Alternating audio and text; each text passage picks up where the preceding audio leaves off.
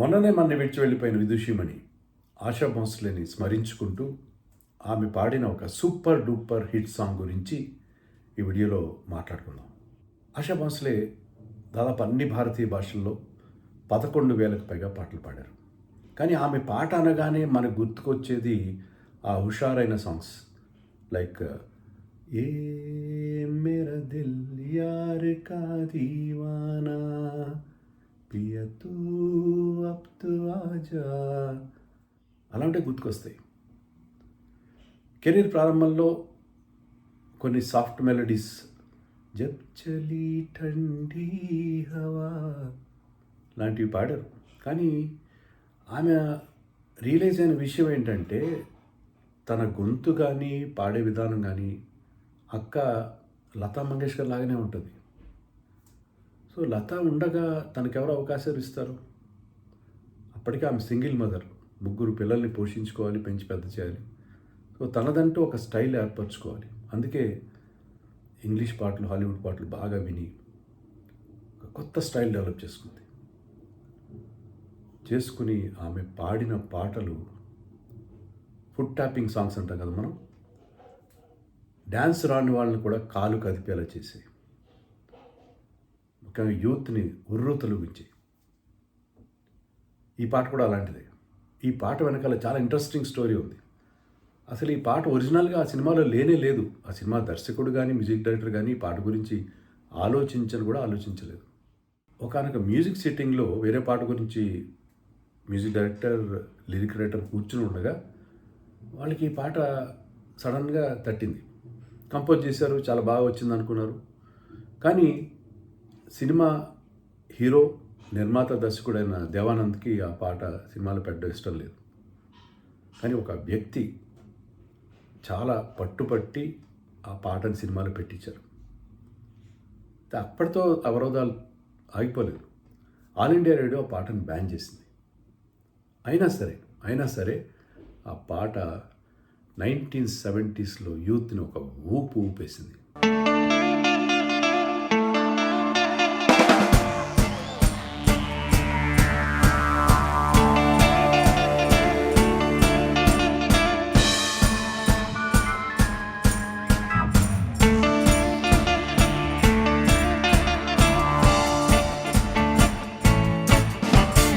Dam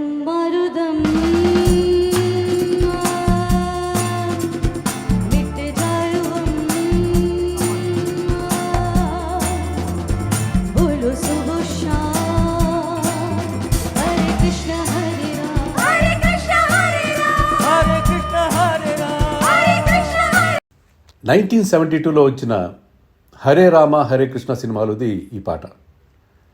అప్పట్లో బాగా ఊపందుకున్న Hare Krishna movement, hippie culture నేపథ్యంలో దేవానంద్ ఈ సినిమా తీశారు. సినిమాలో తల్లిదండ్రులు విడాకులు తీసుకోవడంతో దేవానంద్ అతని చెల్లెలు చిన్నప్పటి నుంచి విడివిడిగా పెరుగుతారు.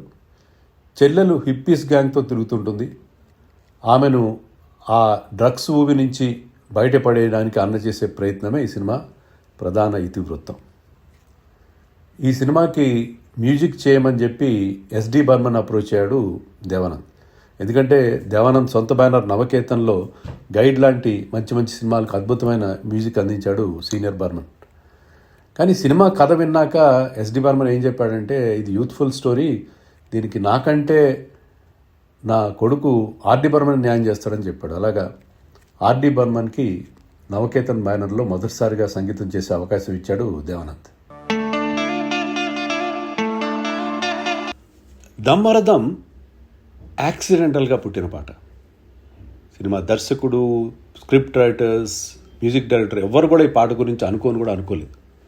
సినిమా దర్శకుడైన దేవానంద్ మ్యూజిక్ డైరెక్టర్ ఆర్డి బర్మన్కి, లిరిక్ రైటర్ ఆనంద్ బక్షికి చెప్పిన సన్నివేశం ఏంటంటే, ఒక హిప్పీల బృందాన్ని ఉద్దేశించి సినిమా హీరో రామ్ కా నామ్ బదనాం నా కరో, రాముడి పేరు పాడు చేయకండి అని చెప్పి ఒక పాట పాడాలి, దానికి ఒక పాట కంపోజ్ చేయండి అని చెప్పాడు. ఆ పాట ముందు ఒక చిన్న మ్యూజిక్ బిట్ పెట్టండి, హిప్పీస్ గంజాయి సేవిస్తుంటారు ఆ టైంలో అని చెప్పాడు. అది వాళ్ళకి ఇచ్చిన సన్నివేశం. ఆ పాట కంపోజింగ్ కూర్చున్నారు ఆర్డి బర్మన్, ఆనంద్ బక్షి. ఆ మ్యూజిక్ బదులు ఒక పాట ఉంటే బాగుంటుంది కదా హిప్పీలు అందరు కూర్చున్నప్పుడు అని చెప్పి ఆనంద్ బక్షి అన్నాడు. అంతేకాకుండా తన చిన్నప్పటి మాటలు గుర్తేసుకున్నాడు. దమ్మర దమ్ మిట్టుజాయ గమ్, అది ఆర్డి బర్మన్ నచ్చేసింది. సో ముందు లిరిక్ రాయమన్నాడు. లిరిక్ రాసి ఇచ్చాడు ఆనంద్ బక్షి. దానికి ఒక మంచి హుషారైన పాట కంపోజ్ చేశాడు ఆర్డి బర్మన్. ముందుగా ఈ పాటని లతా మంగేష్కర్, ఉషా ఉతుప్ వాయిస్లో రికార్డ్ చేద్దాం అనుకున్నారు. ఉషా ఉతుప్ చెప్పారు కూడా పాట గురించి, కానీ ఇది కూడా యాక్సిడెంటల్గానే జరిగింది. ఆశా బాన్స్లేకి ఆ పాట ఇచ్చారు. ఆమె ఆ పాటకు అవసరమైన మత్తుని అద్భుతంగా అందించి పాట సూపర్గా వచ్చింది. తర్వాత వచ్చే పాట దేఖో ఓ దివానో, రామ్ కా నామ్ బద్నామ్ నా కరో, అది కూడా కంపోజ్ చేశారు. అది కిషోర్ పాడాడు. ఆ రెండు పాటలు చాలా హుషారుగా ఆర్డి బర్మన్ వెళ్ళి దేవానంద్కి వినిపించాడు. 2 పాటలు చేసాం, ఒకటి కాదు, మీరు ఒక్క పాట అడిగారు, 2 పాటలు చేసాం, 2 చాలా బాగా వచ్చాయని చెప్పి దేవానంద్ దగ్గరికి అంతేస్తాడు అనుకున్నారు, కానీ అలా జరగలేదు. దేవానంద్ ఏమన్నాడంటే 2 పాటలు బాగున్నాయి, దమ్మరదమ్మ పాట కూడా చాలా బాగుంది, కానీ ఆ పాట విన్నాక నా పాట ఎవరు పట్టించుకుంటారు? నేను కదా సినిమా హీరో, నా పాట హైలైట్ కావాలి, కానీ ముందు వచ్చే పాట తర్వాత నా పాట తేలిపోతుంది, అందుకని రికార్డులో ఉండేవాడిని నేను సినిమాలో పెట్టిన అన్నాడు. దాంతో మొత్తం ఉత్సాహం అంతా నీరు గారిపోయింది ఆర్డి బర్మన్కి. అలా చెప్పి దేవానంద్ ఇంటికి వెళ్ళిపోయాడు. ఆర్డి బర్మన్ ఆశా బాన్స్లేకి ఫోన్ చేశాడు. మనం ఇంత మంచి పాట కంపోజ్ చేసాం, చాలా బాగా వచ్చిందని యూనిట్ అంతా అన్నారు. యూనిట్ అంతా కూడా ప్రాధేయపడ్డారు దేవానంద్ని ఈ పాట సినిమాలు పెట్టమని చెప్పి, కానీ ఆయన ససేమిరా అన్నాడు అని చెప్పాడు. అప్పుడు భోజనం చేస్తుంది ఆశా బాన్స్లే. ఆమె ఇమీడియట్గా చెయ్యి గడిగేసుకొని అర్జెంటుగా దేవానంద్ ఇంటికి వెళ్ళిపోయారు. వెళ్ళిపోయి, నేను మీకు చెప్తున్నాను చూడండి, పాట సూపర్ డూపర్ హిట్ అవుతుంది, మీరు అది పెట్టి తీరాల్సిందని చెప్పి బతిమాలి బామాలి దేవానంద్ని ఒప్పించింది. అలా ఆ పాట సినిమాలో చేరింది. అదే దేవానంద్ కూడా తక్కువ తిన్నాడా, అతను మొత్తం పాట పెట్టలేదు, పల్లవి ఒక చరణం మాత్రం పెట్టాడు. మీకు గ్రామ్ఫోన్ రికార్డుల్లో మొత్తం పాట వినిపిస్తుంది, కానీ సినిమాలో మాత్రం ఒక పల్లవికి ఒక చరణం మాత్రం ఉంది. సో తన మాట కొంతవరకు దేవానంద్ నెగ్గించుకున్నాడు. వినాయకుడి పెళ్లికి అన్ని విఘ్నాలే అన్నట్టు ఈ పాటకి అడ్డంకులు అక్కడితో ఆగిపోలేదు. ఆల్ ఇండియా రేడియో ఈ పాటను బ్యాన్ చేసింది. ఈ పాటలో డ్రగ్స్ని గ్లోరిఫై చేసినట్టుగా ఉంది, వల్గర్గా ఉందని చెప్పి ఆల్ ఇండియా రేడియోలో పాటను వేయడం మానేశారు. అప్పట్లో యూట్యూబ్ లేదు, ఫోన్లు లేవు. మీరు పాట వినాలంటే మీ దగ్గర గ్రామ్ఫోన్ రికార్డ్ అని ఉండాలి, లేకపోతే రేడియోలో వినాలి. రెండే సోర్సెస్. గ్రామ్ఫోన్ రికార్డులు అందరి దగ్గర ఉండేవి కాదు. దానివల్ల ఈ పాట జనాల్లోకి వెళ్ళడానికి పెద్ద అడ్డంకి ఏర్పడింది. అయినా కూడా అప్పట్లో ఆల్ ఇండియా రేడియోతో పాటు రేడియో సిలోన్ కూడా చాలా పాపులర్గా ఉండేది. రేడియో సిలోన్లో 70s పాటలు వినని వారు ఎవరు ఉండేవారు కాదు, తెలుగు పాటలైనా హిందీ పాటలైనా. రేడియో సిలోన్లో మాత్రం ఈ పాట ఒక మోత మోగింది. 12 వారాలకు పైగా ఈ పాట నెంబర్ 1గా నిలిచింది, చార్ట్ బస్టర్గా నిలిచింది. और बस अब बाकी रह जाता है 1972 का छोटी का गीत। तो बहन और भाइयों, स्वागत के लिए तैयार आ रहा है इस साल का टॉप हिट गीत नंबर 1। సో అక్కడ రేడియో సిలోన్లో విని అందరూ ఈ పాటను విపరీతంగా ఓన్ చేసుకున్నారు. సినిమాలో ఈ పాట సగమే ఉండొచ్చు, అయినా సరే ఆ సినిమా హిట్ అవ్వడానికి ప్రధాన కారణం ఇది. సినిమాలో ఇంకా మంచి మంచి పాటలు ఉన్నాయి, ఫూలంక తారంక, కాంచారే కాంచే, ఇలాంటి మంచి పాటలు ఉన్నాయి. అయినా సరే వాటన్నిటిని మించి ఈ పాట వల్ల ఆ సినిమా పెద్ద హిట్ అయింది. అంతేకాదు, హిందీ సినిమా హిస్టరీలో one of the top most సాంగ్గా కూడా నిలిచిపోయింది. ఈ పాట ఇంత మేజర్ హిట్ అవ్వడానికి కారణం ఏంటి? ఎస్, ఆశా బాన్స్లే గొంతులోని ఆ మత్తు దేశం మొత్తం ఊగిపోయేలా చేసింది కరెక్టే.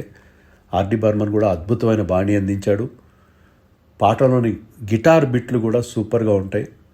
అన్నట్టు ఆ పాటలో ఎలక్ట్రిక్ గిటార్ వాయించింది ప్రముఖ గాయకుడు భూపిందర్. అయితే ఈ పాట హిట్ అవ్వడానికి అసలు కారణం వేరే ఉంది. అది అప్పటి యూత్లో ఉన్న మూడ్.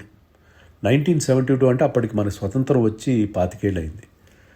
జెన్జీ లాగా అప్పటి యూత్ స్వతంత్రం వచ్చాక పుట్టిన వాళ్ళు ఏమనుకున్నారంటే, స్వతంత్ర భారతావనిలో మా జీవితాలు చాలా బాగుపడతాయి, మాకు మంచి ఉద్యోగాలు వస్తాయి, మేము బాగా సెటిల్ అవుతాం అనుకున్నారు. కానీ అలా జరగలేదు. వాళ్ళలో విపరీతమైన డిజిల్యూషన్మెంట్ ఉంది, నిరాశ నిస్పృహ ఉన్నాయి.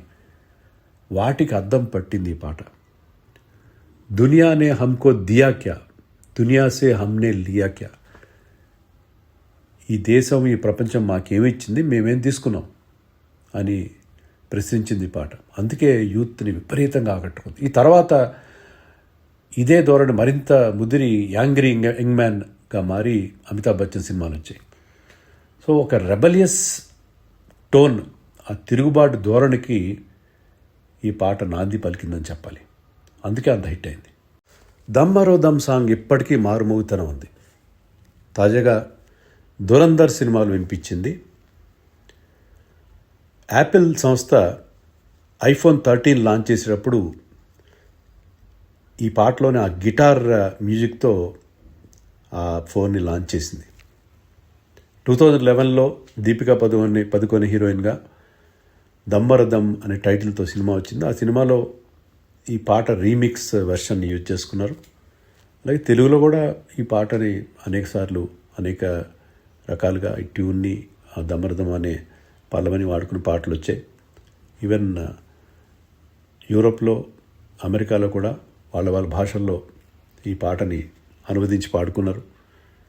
ఎలాగైతే వెస్ట్లో Beatles, rock and roll, flower power ఇవన్నీ కూడా ఒక రెబలియస్ యాటిట్యూడ్కి నాంది పలికాయో, మన దేశంలో దమ్మరదమ్ అదే పనిచేసింది. ఈ పాటకు సంబంధించి అతిపెద్ద కాంప్లిమెంట్ ఆర్డి బర్మన్కి వాళ్ళ డాడీ ఎస్డి బర్మన్ నుంచి వచ్చింది. ఎస్డి బర్మన్ అప్పట్లో జుహూ బీచ్లో వాకింగ్కి వెళ్ళేవాడంట. ఆయన్ని చూసిన వారు అతను మ్యూజిక్ డైరెక్టర్ ఎస్డి బర్మన్ తెలుసా అని అనుకోవడం, గుసగుసలు ఆడుకోవడం ఆయనకు వినిపించేదంట. కానీ హరే రామ హరే కృష్ణ రిలీజ్ అయిన తర్వాత ఆయన చూసిన వాళ్ళు ఆయన ఆర్డి బర్మన్ డాడీరా అని అనుకోవడం ఆయనకి విని వచ్చి తన కొడుక్కి చాలా గర్వంగా చెప్పాడట.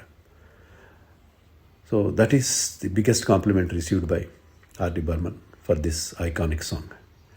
మరొక మంచి పాటతో మళ్ళీ కలుద్దాం. అంతవరకు సెలవు.